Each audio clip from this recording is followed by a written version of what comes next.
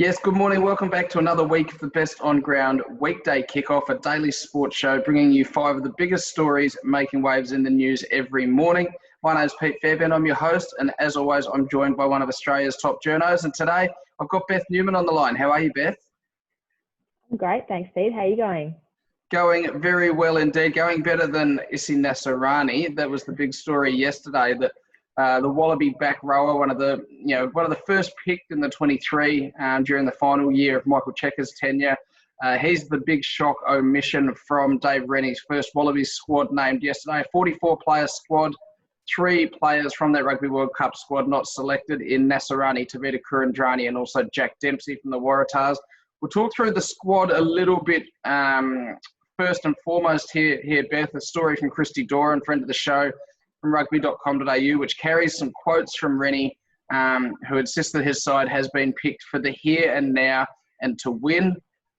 We know that there's, if I have a look here, 16 uncapped players of that 44, and a further 13 have yet to play more than 10 tests. There's 8 players in there who've only made their Super Rugby debut this year. So it's definitely a new look Wallaby squad, but Rennie said he believes his side could beat the All Blacks, and he's picked a squad that he thinks is going to win, as opposed to a development squad. What were your first impressions of the 44-man squad selected? I think that Australian rugby fans should be really excited by this squad. You know, you went through some of the youth stats, I guess you could call them there, but I think if you look at the Super Rugby competition this year, those young players have been the best players in the competition.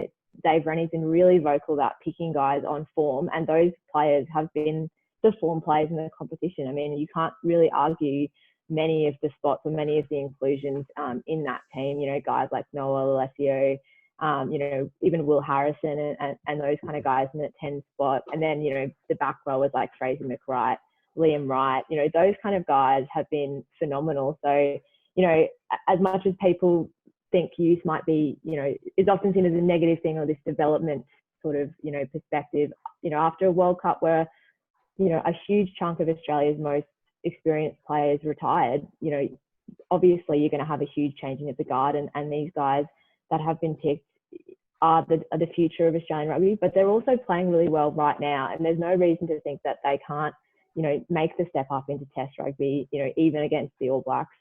You mentioned though, Isi Nassarani, that's the big one, the big question mark everyone was talking about when the squad was announced on Sunday. And it's an interesting one. I think Dave Rennie kind of, went down this line of he's definitely not been the best player of that position. And I mean, you can't really argue that Harry Wilson and Pete Samu didn't deserve to be, picked in those number 8 spots in that squad. They've been phenomenal, both of them this year, and playing for, the top 2 teams in the competition. But I think the interesting thing with Isi Nassarani, and maybe this kind of wasn't really talked about too much, but Dave Rennie also made a specific mention of work ethic in his quotes, I think, on Sunday. And I think there was some discussion earlier this season. Isi Nassarani had that hamstring injury, came back. He wasn't 100% fit, injury-wise, but he also wasn't picked for 2 games because he wasn't fit enough, because he hadn't done his work to be fit enough to play Super Rugby. And that was something that, Dave Wessels, his Rebels coach, actually mentioned. So it's interesting to see if this is maybe a bit of a statement to Isi Nassarani that you need to be at your peak on and off the field all the time, or else we'll pick someone else. And, in a situation where they're probably not going to bring anyone into the squad during the competition, it's a huge statement to make. But, if you're a new coach coming in, you've got to draw the line, and maybe that's part of what's being done here, as well as, other players obviously playing, really, really well. 44-player squad. We're expecting 2 overseas-based players to be added to that squad, likely to be in the lock positions. You would think the likes of Rory Arnold, Will Skelton, Adam Coleman, even Scott Fardy could be in that conversation, Isaac Rodder as well. But outside of that, looks like we're going to have pretty much 2 23s who can go hammer and tongs against each other at training, which is very exciting. One of the other interesting quotes to come out from Dave Rennie yesterday was his quotes around when his team would be ready to play a game in New Zealand. We know that the Rugby Championship, of course, will be held in Australia, and that means that there were 2 Bledisloe Cup fixtures which were going to be played here in Queensland, which have now been moved across the ditch. Had they been played here, the opening Bledisloe had been earmarked for October 10. That will all but certainly be pushed back until October 17 now, though, given the hardline quarantine approach from New Zealand and the Prime Minister, Jacinda Ardern. And it would mean that the Wallabies wouldn't be able to train as a full squad together for very long at all before that opening test. Rennie saying, hopefully the bubble's still up for negotiation. I mean, Mark Robinson, he said when New Zealand missed out on the Rugby Championship, it was because the quarantine protocols were restrictive. The New Zealand Rugby's then got an expectation that we can jump on a plane a day after the Super Rugby final, have 2 weeks in quarantine where we can't prepare as a team and play a test 7 days later. Under those quarantine arrangements, I can assure you we will not be playing a test that weekend. Pretty strong words from Dave Rennie. And, is it an empty threat, or is this something that Australian Rugby won't put themselves in a position to be playing against the All Blacks so underprepared? Dare I say, there's a little bit of Michael Checker in those comments from Dave Rennie, a little bit of fire in the Trans-Tasman conversation. But I think as the Wallabies coach, you've got to put your foot down with that sort of thing. There's no way that the Wallabies, a new squad, and especially as well, it's probably got to be said that Dave Rennie hasn't actually, because of various quarantines and border restrictions, he hasn't actually been able to coach his squad at all face-to-face this whole year. So you're battling that, and then to not be able to even train your squad as a whole leading into the first Bledisloe test, after such a disrupted kind of 6 months, I think absolutely it's not an empty threat at all. He's defending his team, and it's really just, I think, a pretty reasonable stance to have. It's very strong from him, but I think it's a pretty straightforward issue. The All Blacks, not only have they would be able to train leading up to that test, but they've obviously had such a huge lead in after that North v South game. They have a really clear idea of who their best players are. They have an idea of how their team wants to play. There's a lot of continuity there. They have a very clear advantage. And obviously everyone wants the Bledisloe to be played, but you want it to be a fair contest. And I think Dave Rennie is absolutely correct. And Rugby Australia officials, I'm sure, would be absolutely backing him in that stance. Very well said indeed. We're going to turn to another story which I know will have you excited as a Brisbane Lions supporter, and that is the fact that as we head into the final round of the AFL, of course, we do have Collingwood Gold Coast tonight, the final match in round 17, but then round 18 next weekend, there's only 2 teams in the mix to win the minor premiership. It's the Brisbane Lions, who've never done that in their football club's history, and Port Adelaide, who are competing to finish on the top of the ladder. They'll both host qualifying finals in October after the Lions with a pretty comfortable win against the Swans in Cairns yesterday. But remarkably, and we look at the betting odds here, despite their prominence, the Power is 4 favourite for the flag at $7. The TAB lists Brisbane ahead of them at $5.50. Richmond, the clear favourites in the race at $3.60, and Geelong, who they demolished, at $4.50. We keep hearing about West Coast being a contender as well, but essentially, despite being first and second on the table, not many experts are predicting Brisbane or Port Adelaide are going to win the premiership this year. What's doing, Beth? Is it a lack of recent finals experience that makes that position reasonable and fair enough, or is it underestimating these 2 exciting young teams? Yeah, I think it's probably a bit of column A, column B.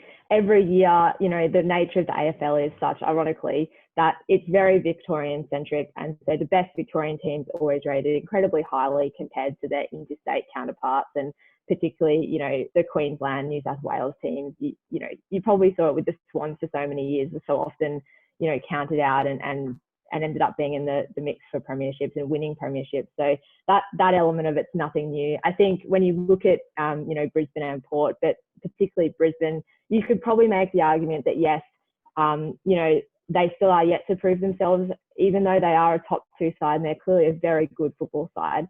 They've struggled in those games where they can stamp themselves as kind of the number 1 side. So they struggle against Geelong and Richmond basically more than any other sides in the competition. And, their finals campaign last year, obviously, out in straight sets, not what you want. And they will be desperate to kind of turn that around this year. And they can, but there still is a big question mark over them. Probably Port, maybe in some ways, are a little bit further developed than that, but they've shown, as well that they struggle in some of those big games where they can beat teams below them and win the games generally that they're expected to win. But those other top 2 kind of sides, like Geelong and Richmond, there's something about them. There's this aura, I think, that once Brisbane or Port are able to really, dominate them in a really big game, it'll kind of go away. But it just, until then, there is naturally going to be some question marks. But I mean, now that the Brisbane have locked in that top 2 spot, they've got at least 2 games at the Gabba in the finals. Whatever we want to say about advantages of home grounds and things like that, this is the biggest opportunity they have. And they're facing adversity as well. So they've got a lot to prove. But yeah, absolutely, that those interstate teams are often underestimated, and they really shouldn't be. But they do have a little bit to prove yet. Remarkable thinking that coming into this season, of course, Ken Hinkley, the Port Adelaide coach, was under enormous pressure to retain his job, and his team is a genuine premiership threat. That story comes from Courtney Walsh in the Australian. Penultimate day of quarantine for him in Queensland today, so hoping our mate Courtney is going strong. Our third story today turns to cricket. Robert Craddock in the Courier Mail, and this situation is just not good to see from any angle, depending on your viewpoint on it. And that's Channel 7 looking to get out of their deal with Cricket Australia, out of their broadcast arrangement. It's taken a pretty nasty turn, and it looks like this one's going to end up in court. It's understood the Seven lost more than $60 million on the cricket last summer, and it's been forecast that the damage will be much greater in a COVID-challenged summer if they were to proceed with the third year of their 6-year deal. Channel 7 was valued at $177 million at close of business on Friday, and they stand to lose the equivalent of almost half the value of their entire station if it does go ahead and broadcast the cricket this summer. They're due to pay $25 million tomorrow as part of their routine instalment. That's probably unlikely to happen.